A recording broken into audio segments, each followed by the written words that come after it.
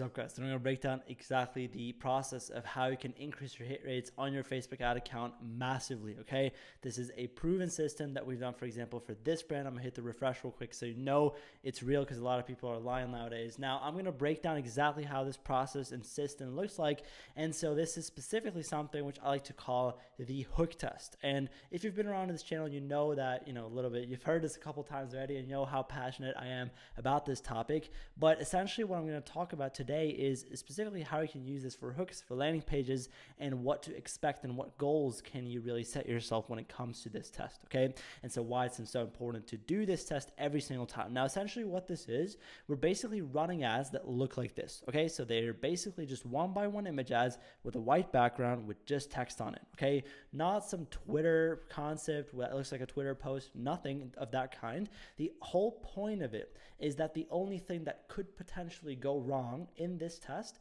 is the text, the content hook itself. Okay, so this is why it's called the hook test. We're testing a bunch of different hooks. We're doing the shotgun approach, or the essentially throwing stuff at a wall and seeing what sticks method in the hooks, so we can later on then take the best ones, put them on the actual creatives or landing pages or whatever, and then have significantly higher hit rates on those, meaning we can actually reduce the volume of the actual creatives tested because we've done the shotgun approach here. And this is going to save you a lot of time and money when trying to figure out which variables led to my ad not working, and even more important, with figuring out which variables led to my ad working in the first place. Because a lot of times people are in the situation of finding a winner, finding 2 winning ads, finding 3 winning ads, but then after that, the consistency goes down. They get complacent. They just keep testing, and then they don't know when it's time, when the new winning ads are due. They don't know how they did it last time because they didn't. They just threw together a lot of variables, oftentimes just ripped the ads completely, and just can't do it again. And this is one of the reasons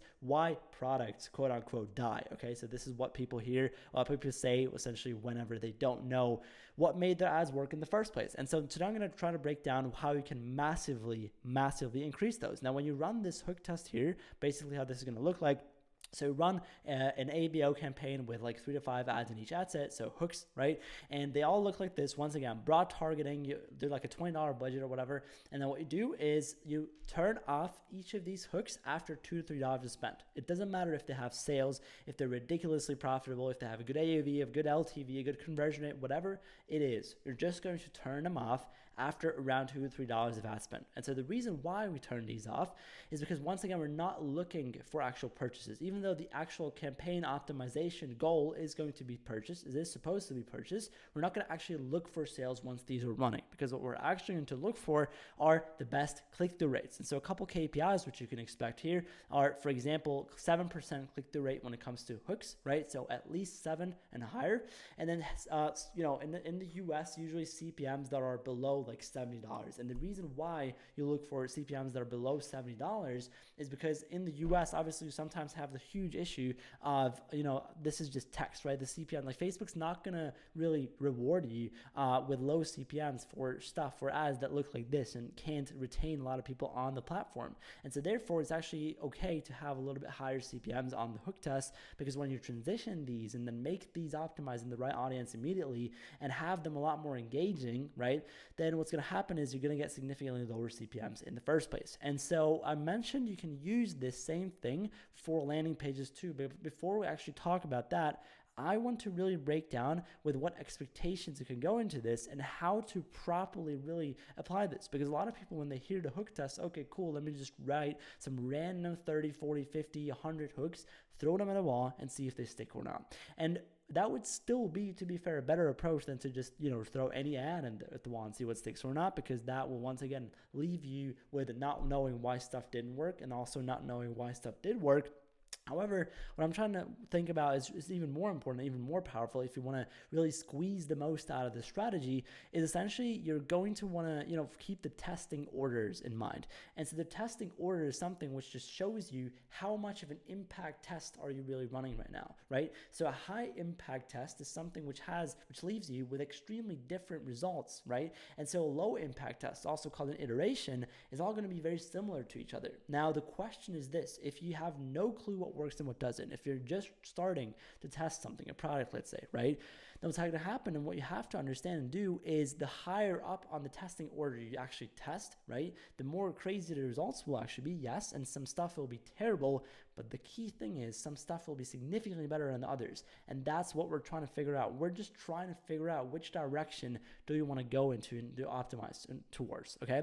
So the highest form of testing order that you can really run is the product, obviously. But if we take this one out here, because let's say we want to double down on the product, then obviously we have the avatar, the angle, then we come to the awareness stage, the ad concept, the disqualifiers, the length of the hook, and then the sentence structure, and so on. And so there's very, very small things. Now, the more down we go here, the more specific the test becomes, and the less impactful. So it's like the results, the differences in the results aren't going to be that great.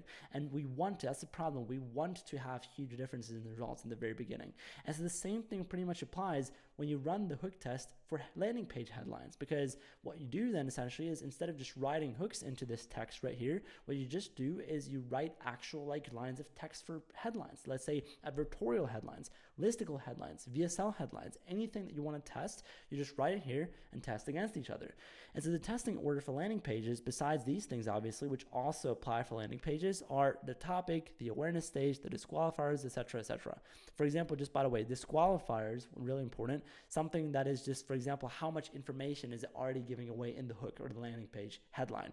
So it's like, okay, if you mention the price, for example, in the hook, then obviously there's nothing to be surprised about, which means that it's going to reduce the click-through rate, but it's going to increase the conversion rate, because the people that do click through, there's going to be more quality behind that click, if that makes sense. And so this is how you can manipulate the metrics that you have and trade off, constantly have a trade-off between, like low impact tests or like good CTRs, good CPCs, and good conversion rates. This is how you can kind of play around with these. You always trade one for the other. You can't have both, okay? So what I'm trying to say here is, if you run this properly and actually focus on higher impact tests in the beginning here, then what's going to happen is you're actually going to be learning very, very fast which direction to optimize towards. You're going to be able to fill out your spreadsheets of winning variables that you hopefully already have watching my videos very, very quickly and very, very often and frequently, because at some point what we're trying to do, what the end goal is we're just looking forward to having a variables spreadsheet that we can just use to throw together all the best variables that we've had in the history of your brand,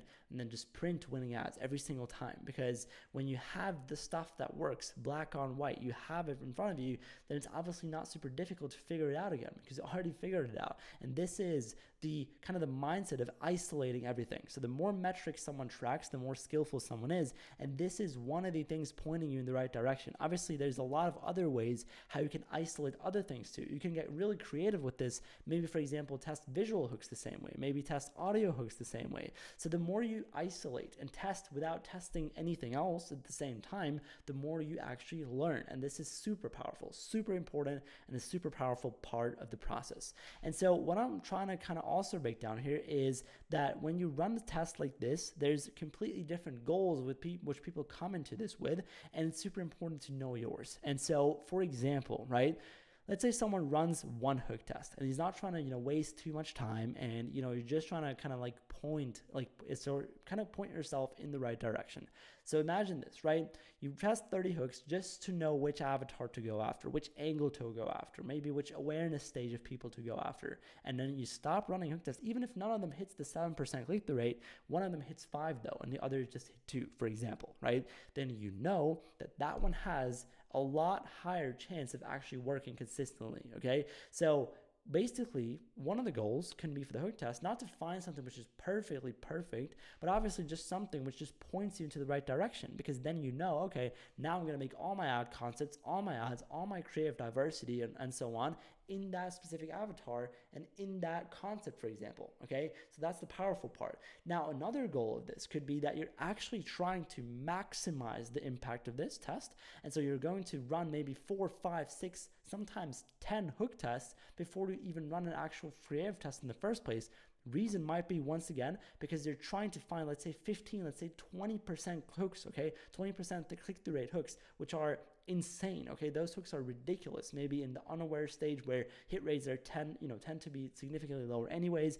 And so there's completely different ways of how to approach this, and you can learn a lot from this test. And so the mindset shift that I'm trying to give you with this video, not just the actual strategy, because I don't think that's the stuff that is the value of this video. I think the value of this video is in the mindset shift of isolating all of your metrics. Track everything individually, start isolating the stuff that you test, and you will realize, even though you test a little bit more, spend a little bit more time and money and resources overall, right, and what you would have tested, but you're going to have a lot more of a system behind it, and you're going to be a lot more consistent, and you're going to start to learn how to actually make really good creatives and how really good creatives look like. And so I want to say thank you so much for giving me your most important asset, which is your attention. Thanks for watching. I wish you a beautiful day.